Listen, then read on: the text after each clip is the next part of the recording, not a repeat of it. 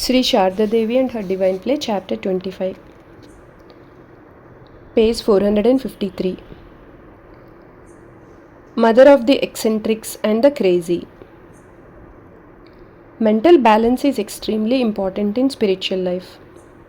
Holy Mother advised her disciples to maintain calmness in the brain and stomach, which is indispensable for practicing japa and meditation.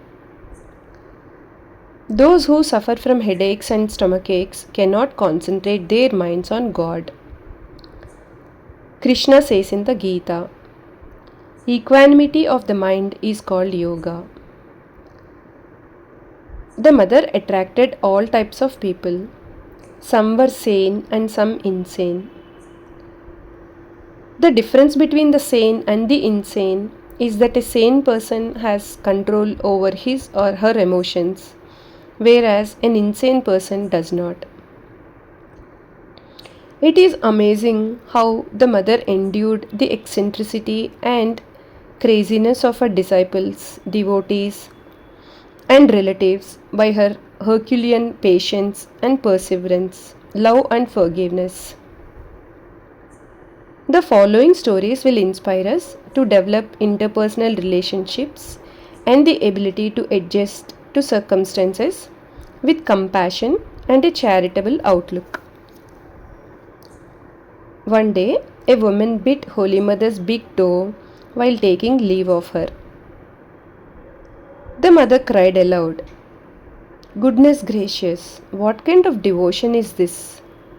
If you want to touch my feet, why not do so? Why bite the toe?"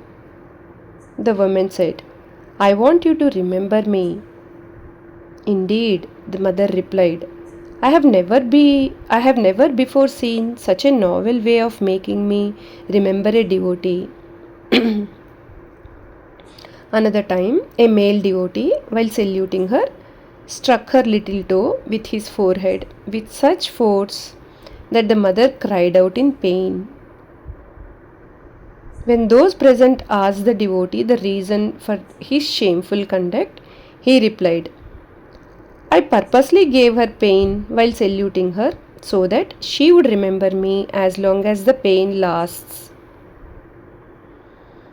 In 1909, Shardananda went to Jairambati to partition the family property among the brothers of Holy Mother, who was also there.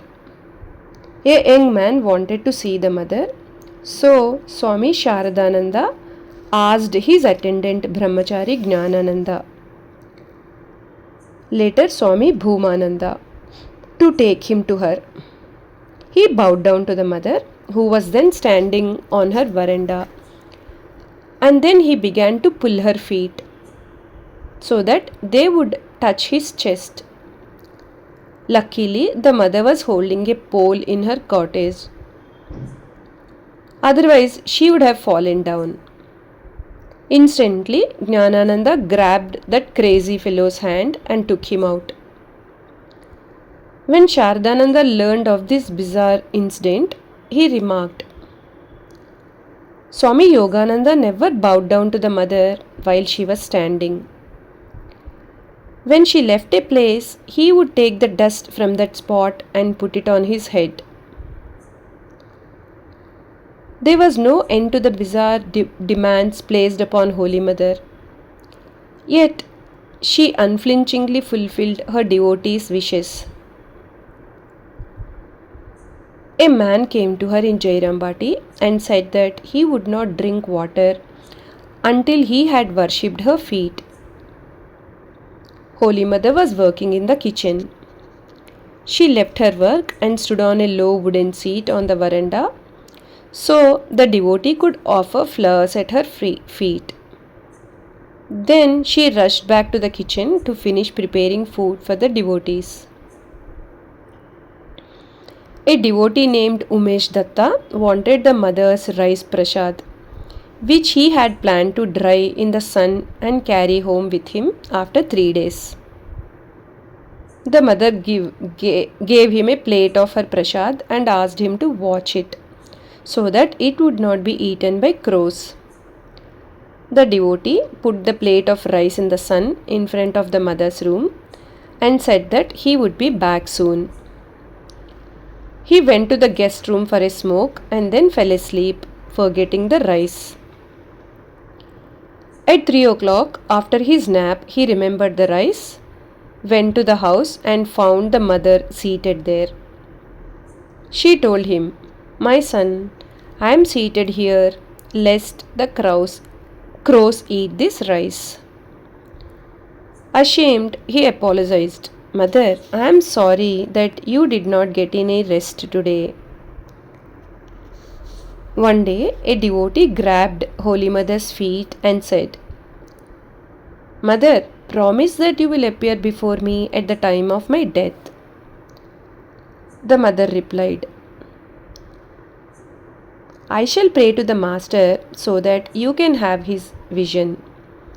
When the devotee was persistent with no other alternative, she said, "All right, my son, let it be so." One afternoon in Jairambati, the mother was lying on a mat on the veranda. When Brahmachari Bharada came, she indignantly said, "You boys went out on errands and no one was here to look after me. An old man came with eggs. When I saw him, I went inside the room and sat on my cot. He was anxious to take the dust off my feet, and I forbade him. He forcefully took the dust off my feet. Since then, I have had a burning sensation in my feet as well as a terrible stomachache. I have washed my feet 4 times, and still that burning is there. If you had been here, I would have signaled you to stop him. In Calcutta, they are strict about my visitors. All sorts of people come to me.